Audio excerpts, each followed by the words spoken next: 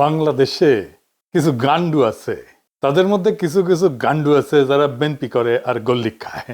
এই যে গল্লিক, এদের মাথার উপরে চাপিছে ততোধিক গান্ডু। এই গান্ডুগুলা পাবলিকের শান্টিং খায়, চান্দাবাজি আর ধান্দাবাজি করতে যায়, আর সেই রাগ ঝাড়ে আমার উপরে। ভাবটা এমন, আমি তাদের ক্ষমতার বাড়া ভাতে ছাই দিছি। শোনেন ভাইজানেরা, ক্ষমতা ছেলের হাতের মোয়া না যে চাইলেই পাওয়া যায়। দিল্লি হনুজ দুরস্ত, আগে যান ক্ষমতা, তারপর কোয়েন যে আসিছি। যেই দলের নেতা কর্মীরা চান্দাবাজি কইরা টাকা কামায় আর চান্দাবাজি করতে না পারলে পেটে ভাত জোটে না, তারা আমার পেজে এসে লেদান, লজ্জা লাগে না? তারপরে আওয়ামী লীগের সাথে দল বেঁধে এসে লেদান। আমি কই নাই যে আপনারা চান্দা তুলে খান, আপনাদের দলের নেতাই কইছে। এই যে শুনেন, শান্টু শান্টু আপনাদের শান্টু মেরে দিছে, শুনেন। দল ক্ষমতা বেড়েলে কিচ্ছু পাবেন না। এই কয়দিনে যা হয়েছে, গত এক বছরে ছোট ছোট চান্দাবাজি যা হয়েছে, এটা আমি হইতে দিছি। আমি কেন হইতে দিছি? এই জন্য দিছি যে 17 বছর আমার নেতা করবে কিছু খায় নাই। আপনাদের না বিন্দু মাত্র চক্ষু লজ্জা নাই, বিন্দু মাত্র কৃতজ্ঞতা বোধ নাই। যে পাতে খান সে পাতে হাগেন। 1975 15ই আগস্টে মুজিবরে ফুটা না করলে আপনাদের দলের জন্মই হইতো না। সেই 15ই আগস্টের বিপ্লবীদের বাঁচান নাই আপনারা। হাসিনা মামলা শুরু করেছিল, শেষ করতে পারেনি। আপনাদের টাইমে এসে জেলে রেখে দিচ্ছেন তাদের, যেন পরের টার্মে এসে ফাঁসি দিতে পারে, তাই করেছে। যে জামাত ছাড়া 2002 সালের নির্বাচনে ভূমিধ্বস বিজয় পাইতেন না, সেই বিএনপি আজকে জামাতের বিরুদ্ধে কামান দেখিচ্ছে। খামান জামাত নাকি স্বাধীনতা বিরোধী, রাজাকার, আল বদর। তাও তো সেই টাইমে বিএনপি তার জোট সঙ্গীকে জিতাইছিল, ভোট টোট দিচ্ছিল। এই টাইমে জোট সঙ্গীকে ভোট টোট দিবে না। যে সমস্ত জোট সঙ্গীকে তারা নমিনেশন দিচ্ছে, তাদের তো এলাকায় ঢুকতে দিচ্ছে না। জোনায়েত শাকের বিরুদ্ধে দেখেন ঝাড়ু মিছিল করছে।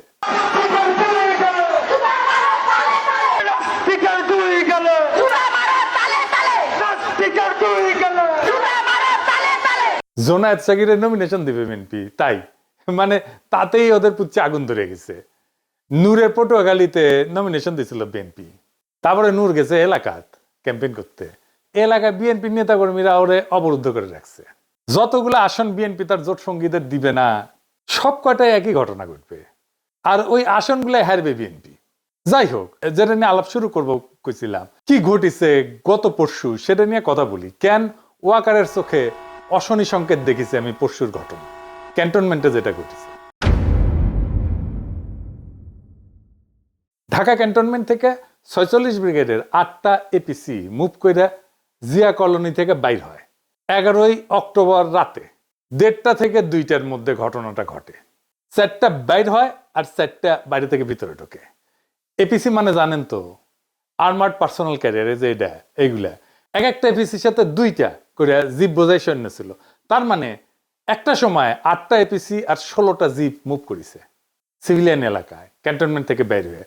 শুধু এইটা না, একই সাথে এয়ার ডিফেন্স আর্টিলারির সামনে ট্রুপস ডিপ্লয় করা হয়েছিল, জড়ো হয়েছিল ট্রুপস। কি কামে?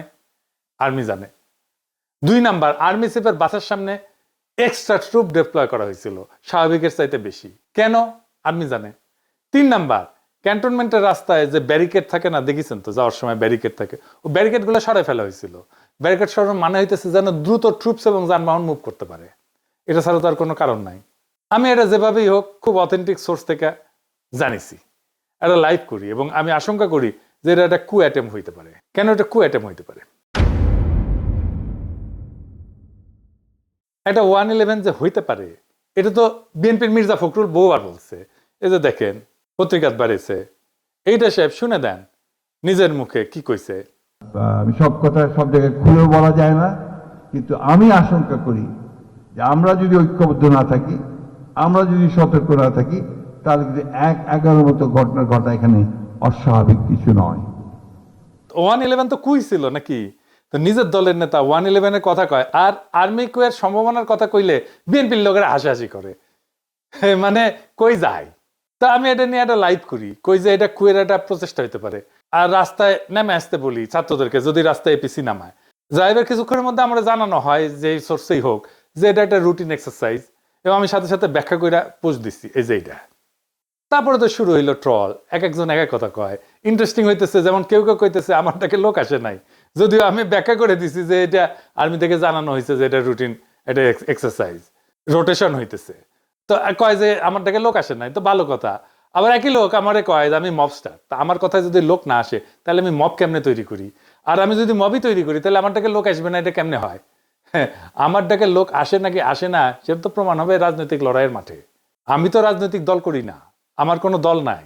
যাদের দল আছে তাদের ডাকে কেমন লোক আসে ওটা আমরা দেখেছি, ওই ওই অ্যাডম আমরা দেখেছি গত 17 বছর। খালেদা জিয়ার বাড়ির সামনে বালু ট্রাক সরানোর লোক পাওয়া যায় নাই।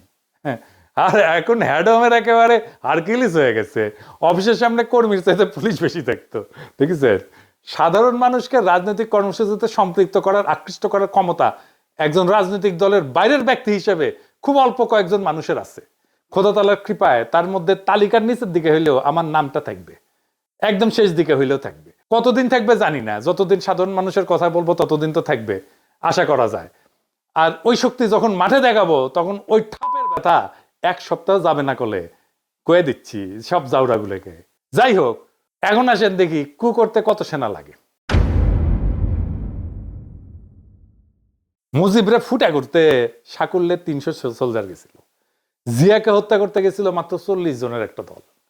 একটা কু করতে বেশি লোক লাগে না রে বেকুবের বাচ্চা গান্ডু। বাংলাদেশ ঘর পড়া গরু, তা আমরা সিঁদুরে মেঘ দেখলে ভয় পাবো। 8টা এপিসি আর 16 জিপ সৈনিক যে কোনো দুর্ঘটনা ঘটানোর জন্য যথেষ্ট। নিজেদের একটা নৌবহর শান্তির সময় এক জায়গা থেকে অন্য জায়গায় গেলে শত্রু দেশকে ইনফর্ম করে সেনাবাহিনী, সিভিল প্রশাসনকে না জানায় গভীর রাতে এপিসির মুভমেন্ট, এইটা কোনোভাবেই গ্রহণযোগ্য না। সোজা কথা, ফুল স্টপ। আমার আশঙ্কা যে এটা ওয়াকার এটা পরীক্ষা করেছে যে আমরা কেমন রিয়াক্ট করি। গান্ডুদের আফসোস যে এটা কেন পিনাকে আগে জানলো, তারা কেন জানলো না আগে? আগে জানবো কেমনে রে বেকুবের বাচ্চা, তোরা তো নিজের দলের নেতাকেই রক্ষা করতে পারিস, তোরা তো ঘুমেছিল যখন জিয়াউর রহমানকে খুন করে, হত্যা করে। চট্টগ্রাম ক্যান্টনমেন্ট থেকে ওই চট্টগ্রাম সার্কিট হাউস, এটা 10-11 মাইল না 12 মাইলের মতো না? এই 12 মাইল আসলো একটা গ্রুপ সন্দেহজনক ইয়েতে, কেউ খেয়াল করলো না। এই তো হইতেছে ইন্টেলিজেন্স। তো ঘুমেছিল কে তোরা? তো তো জায়গায় থাকলে কভার পারলুনি যে আমরা যাচ্ছি বাঁচানোর জন্য, যাচ্ছি আমাদের প্রেসিডেন্টকে? পারিস নাই তো। সজাগ থাকলে তো করবো। তো ঘুমাস তো, নাক ডেকে ঘুমাস, তা ঘুমানোর সময় আবার নাকও ডাকে তোকে। এডিটর সাহেব, নাক ডাকার একটা সাউন্ড দেন, ক্যাঙ্কার নাক ডাকে বিএনপির লোকগুলো, সেটা দেখিয়ে না। কেউ কেউ কইতেছে, আমি আরো কেন কনফার্ম হইলাম না, আর আমার কাছে তো রিয়েল টাইম তথ্য আছে সিভিল প্রশাসনের শীর্ষ পর্যায় থেকে। 46 ব্রিগেডের ব্রিগেড কমান্ডার মফিজুলের ফোনে 1000টা ফোন করা হয়েছে নানা মানুষকে দিয়া, আর মফিজ মিয়া ফোন ধরে না। তো আপনার কি মনে হয় যে সে ঘুমাইতেছিল? মোটেই না, ইচ্ছা করে ফোন ধরে না। এই সময় কি করা যায়, কি করা উচিত? চুপ করে বসে থাকা, কনফার্ম করা, আর কি করে ফেলবো? এই প্রসঙ্গে কর্নেল মুস্তাফিজের বক্তব্য শুনি, কি কইছে। পিনাকি তাকে দেখছেন না একটা লাইভ করতে, যে 46 ব্রিগেডে একটা মুভমেন্ট হয়েছে। হ্যাঁ, this is a routine movement, but এটা প্ল্যান করে এখন নিয়ে আসা হয়েছে। নিয়ে আসা হয়েছে কাদেরকে থামানোর জন্য? যে ছেলেগুলা রাস্তা নামছিল বলার জন্য যে এই যারা গুম খুনের সাথে জড়িত তাদেরকে পুলিশের কাছে হ্যান্ড ওভার করে দিতে হবে, তাদেরকে যেন জেনারেল ওয়াকার বাঁচাইতে না পারে।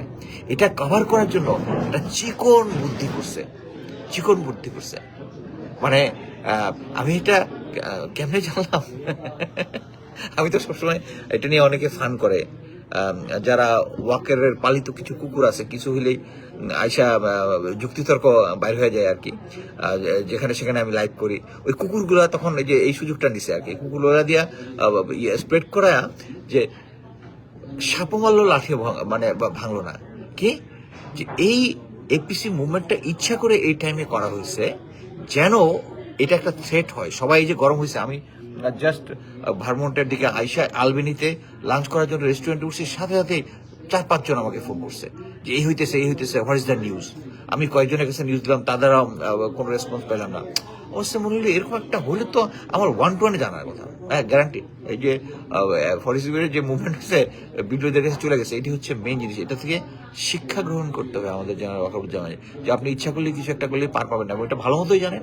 বিএনপির গান্ডুগুলারে কই, শহীদ প্রেসিডেন্ট জিয়াউর রহমান ডিফ্যাক্টো এবং ডি জুরো মিলায় ক্ষমতায় ছিলেন 5 বছর 6 মাস 23 দিন। কয়া দিলাম, লিগে রাখেন। এর মধ্যে কু হয়েছে কয়টা জানেন? 19টা। শেষবার কু করছিল 24 ইনফ্যান্ট্রি ডিভিশনের জিওসি মেজর জেনারেল মঞ্জুর, যিনি একসময় জিয়ার অত্যন্ত ঘনিষ্ঠ মিত্র ছিলেন। সেইবার আর উনি সার্ভাইভ করতে পারেন নাই। কয়েক মাস পর পর একটা করে কু হইতো। গোয়েন্দা সংস্থা থেকে কিন্তু জিয়াউর রহমানকে সতর্ক করা হয়েছিল, কর্ণপাত করেননি। অ্যান্থনি মাসকারেনাসের মতে জিয়া ব্যক্তিগতভাবে মঞ্জুরকে গভীর সম্মান করতেন। চট্টগ্রাম ক্যান্টনমেন্টের সৈনিকদের অস্বাভাবিক মুভমেন্টের কথা জিয়াকে জানানো হয়েছিল, কিন্তু উনি গুরুত্ব দেন নাই। সম্ভবত আগের কুগুলো কাউন্টার করতে পেরে কনফিডেন্স বেড়ে গেছিল ওনার। পরের ইতিহাস তো আমাদের জানা। এরশাদের সময়ও কমপক্ষে 7টা কু হয়। রওনক জাহানের এই বই বাংলাদেশ প্রমিস অ্যান্ড পারফরমেন্স, এইটাতে 7টা কুয়ের কথা বলা আছে। 11-তে তো আবার কু হয়। বিএনপি সরকারের ইয়াজউদ্দিনের ক্ষমতা কেড়ে নেওয়া হয়, সে তত্ত্বাবধায়ক সরকারের প্রধান ছিল।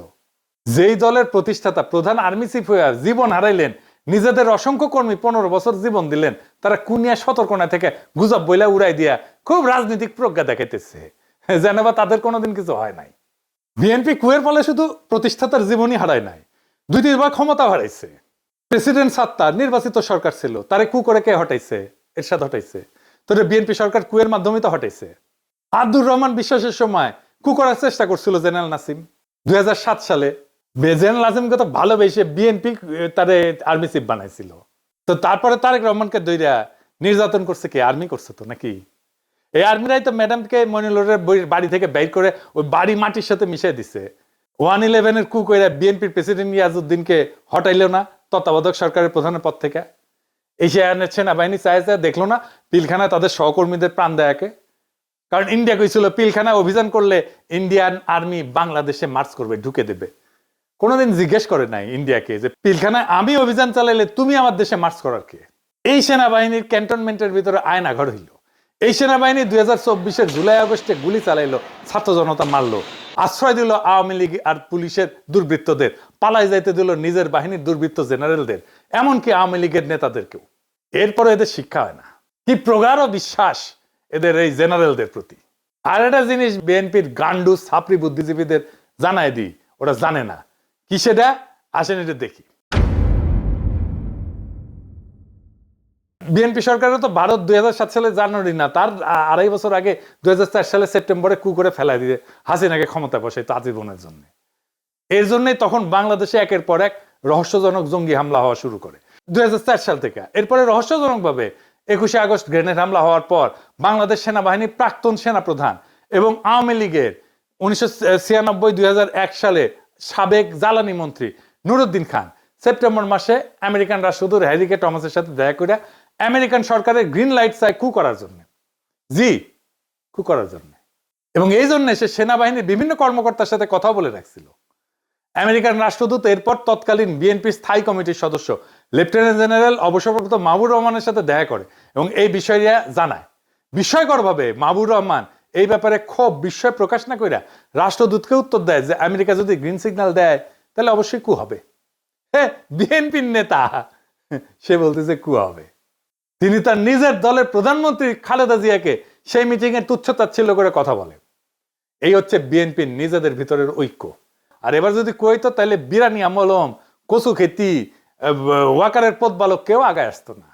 উল্টা এরা জেনারেল মাহবুবের মতো বিএনপিকে গালিগালাজ করত। সেই সময় তখন আমেরিকান সরকার কনভিন্স হয় নাই যে বাংলাদেশে ইসলামী জঙ্গির উত্থান ঘটছে। সেই জন্য হ্যারি কে টমাস কু করতে গ্রিন লাইট দিতে অস্বীকার করে। এইটা কেমনে জানলাম আমি? সে হ্যারি কে টমাস এই ঘটনার বিস্তারিত বিবরণ 2004 সালের 16 সেপ্টেম্বর তার নিজের বস আমেরিকার পররাষ্ট্রমন্ত্রীর কাছে একটা সিক্রেট কেবল টেলিগ্রাম করে পাঠায়। সিক্রেট টেলিগ্রাম আমি কেমনে পেলাম? এটা উইকিলিক্স করে দিছে। এই টেলিগ্রামটা উইকিলিক্সের অন্য সব দলিলের সাথে প্রকাশ করা হয়েছিল। এখানেও আছে, দেখেন এডিটর সাহেব দেখেন। গান্ডু মূর্খ সদা বিএনপির ছাত্রী বুদ্ধিজীবী পড়িস সেগুলা। এরপরের ইতিহাস তো সবার জানা। 2005 সালে বাংলাদেশে হঠাৎ করে অনেক অনেক রহস্যজনক জঙ্গি হামলা হওয়া শুরু করলো। এর সাথে 63 জেলাতে একসাথে বোমার বিস্ফোরণ ঘটলো। ইন্ডিয়া, প্রথম আলো, দিল্লি স্টার এই সময় ক্রমাগত আমেরিকার কান ভারী করতে থাকলো যে বাংলাদেশে জঙ্গি হামলার, হিন্দু নির্যাতনের বানোয়াট খবর দিয়া। এইসব রেকর্ডে উইকিলিক্সে আছে। অবশেষে আমেরিকা কনভিন্স হয়, 2007 সালে কু করার গ্রিন লাইট পায়। ভারতীয় মদতপুষ্ট কুলাঙ্গার মইনু 111 ঘটায় এবং ফখরুদ্দিনকে ক্ষমতায় বসায়। তারপরে ইতিহাস সবার জানা। তারপরে বিএনপি শিক্ষা হয় নাই। এখনো হাসিনা রেখে যাওয়া উচ্ছিষ্ট সেনাবাহিনীর জেনারেলদের পা চাটে আর ইন্ডিয়ার কাছে গিয়ে পেন নাম ঠুকে। বিএনপি যখন গোয়া মারা খায় তখন এর আবাল বুদ্ধিজীবীরা পালায়, এরাও পালাবে। বিএনপির বাকি নেতা কর্মীরা কাটতে কাটতে আবার আল্লাহর কাছে বিচার দেবে যে ইনকা কইরা।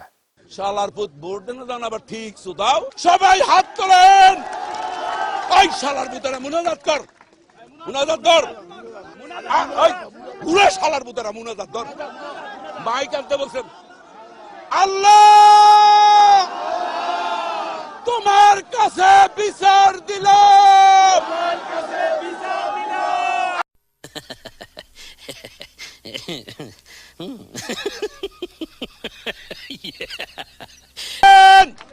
আল্লাহর কাছে ওই শালার বুতেরা ধর শালার বুতেরা আরে বানাই দা হয় না আল্লাহর কাছে বিচার রইলো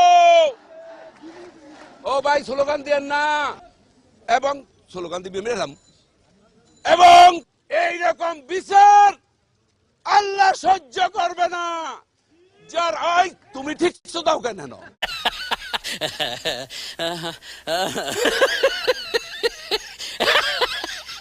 আমরা হাসিনারে হটাইছি কিন্তু সিভিল মিলিটারি ব্যুরোক্রেসিরে হটাইতে পারি নাই। এটাই জুলাইয়ের ব্যর্থতা। যারা হাসিনা শাসনে খুঁটি ছিল তাদের নিয়ে আমরা তেমন কিছু করতে পারি নাই। খুবই অল্প আমলাদের বিরুদ্ধে মামলা হয়েছে, বেশিরভাগ পলাতক আমলাদের বিরুদ্ধে মামলা হয়েছে, অথচ তারা আতঙ্কে ছিল অক্টোবর পর্যন্ত 2024-এর। সাম্প্রতিক সময়ের একটা ঘটনা বলি, রাজনৈতিক ঘটনা। 2016 সালে এরদোগানের বিরুদ্ধে কু করার চেষ্টা করলো সেনাবাহিনীর আল্ট্রা সেকুলার অংশ। বাংলাদেশের আল্ট্রা সেকুলাররা কিন্তু খুব খুশি হয়েছিল তখন। এরদোগান পাওয়ার কনসলিডেট করে যারা প্রত্যক্ষ এবং পরোক্ষভাবে কুয়ের সাথে যুক্ত ছিল তাদের মেরুদণ্ড একেবারে ভেঙে দিছে, তামা তামা করে দিছে, গুড়া গুড়া করে দিছে হাড্ডি। প্রায় 10,000 সেনাবাহিনীর অফিসার আর সৈন্যদের চাকরি গেছে, জেল হয়েছে। তদন্তে 20 লাখ লোককে জিজ্ঞাসাবাদ করা হয়েছে, সিভিলিয়ান আমলা সহ 1.5 লাখ লোকের চাকরি গেছে, জেল হয়েছে। এত লার্জ স্কেলে সিভিল মিলিটারি ব্যুরোক্রেসির পার্জিং আধুনিক কালে আর কোথাও হয় নাই। বাংলাদেশে এই একই কাজ করার দরকার ছিল। বাংলাদেশের মানুষের বিরুদ্ধে অপরাধ করার জন্য বাংলাদেশের সিভিল আর মিলিটারি ব্যুরোক্রেসির এভাবেই সাইজ করতে হইতো। খোদা তাআলা যদি তৌফিক দেন এই কাজ করব, দরকার হলে এরদোগান যে প্রসিকিউটররা দিয়ে এইভাবে সাইজ করেছিল তারে হায়ার করে নিয়ে আসবো বাংলাদেশে ইনশাল্লাহ।